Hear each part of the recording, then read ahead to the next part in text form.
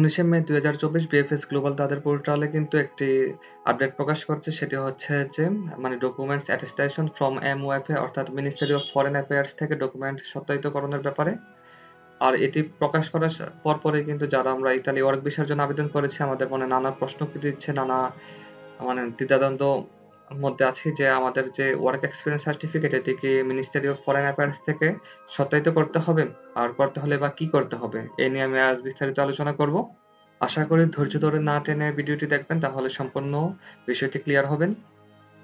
আসুন কথা না বলে মূল আলোচনায় আসি। এর পূর্বে বলেন ছোট্ট একটা অনুরোধ রইল, আপনারা যারা আমার চ্যানেলে নতুন অবশ্যই সাবস্ক্রাইব করতে ভুলবেন না।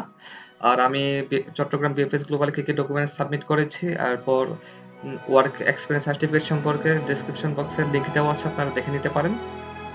তো আজকের গতকালকে নোটিশটি পড়ে নেই।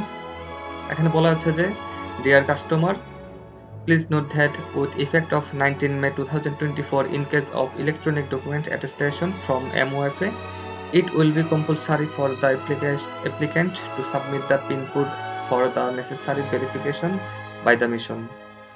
The PIN code can also be handwritten into the application file. আসলে এটি বাংলাটি পড়লে সুবিধা হবে, এই জন্য আমি বাংলা করে রেখেছি।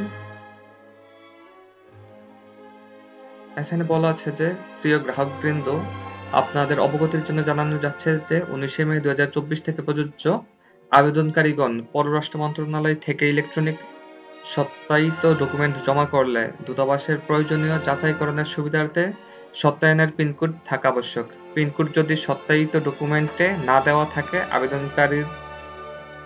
আবেদনকারীদের ফাইলে হাতে লিখে দিতে হবে। অর্থাৎ যারা মিনিস্ট্রি অফ ফরেন অ্যাফেয়ার্স থেকে ডকুমেন্ট সত্যায়িত করবেন তাদেরকে একটা পিনকোড দেওয়া হবে সত্যায়নের, আর সেটি যদি ওই ডকুমেন্টে টাইপ করা যদি না থাকে তাহলে অবশ্যই আপনাদের ফাইলের মধ্যে হাতে লিখে দিতে হবে। এখন কথা হচ্ছে যে আমরা যারা বিশেষ করে ইতালি ওয়ার্ক ভিসা আবেদনকারী তারা দ্বিধাদ্বন্দ্বের মধ্যে আছে, আমাদের সার্টিফিকেট কি এখান থেকে সত্যায়িত করতে হবে বর্তমানে, আর এটি কাদের জন্য প্রযোজ্য আমি বিষয়টি বলতেছি, আর এই জন্য আপনারা অবশ্যই সম্পূর্ণ ভিডিওটি দেখবেন। এরপর আমি মিনিস্ট্রি অফ ফরেন অ্যাফেয়ার্স এর ওয়েবসাইটে চলে আসলাম। এখানে লেখা আছে যে দেখেন যে বার্থ সার্টিফিকেট, কমার্শিয়াল বা export import document, educational certificate, marriage certificate, police clearance, power of attorney, এরপর রিকোয়ারমেন্ট এগ্রিমেন্ট, তারা এগুলা সত্যায়িত করে থাকে।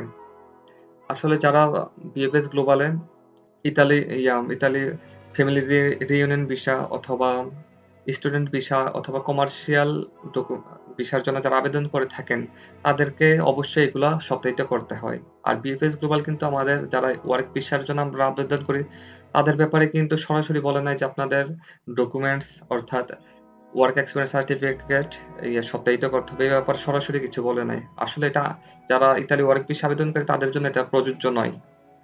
যদি প্রযোজ্য হতো তাহলে বিএফএস গ্লোবাল সরাসরি বলতো যে ইতালি ওয়ার্ক ভিসার জন্য এটা প্রযোজ্য বা একটা কিছু লেখা থাকতো। সো আপনারা যারা এটা নিয়ে দ্বিধাদ্বন্দ্বের মধ্যে ছিলেন আশা করি সম্পূর্ণ বিষয়টা ক্লিয়ার হয়েছেন। আর বিএফএস গ্লোবাল যদি নতুন কোনো আপডেট দেয় সাথে সাথে আপনাদেরকে জানিয়ে দেওয়ার চেষ্টা করবো। আর বিএফএস গ্লোবাল কিছুদিন পূর্বে একটা আপডেট দিয়েছিল যে ইমেল সিস্টেম থাকছে না, নতুন একটা ওয়েব ফর্ম চালু করবে। আসলে এটা কিছুক্ষণ পর আবার ডিলিট করে দিয়েছে।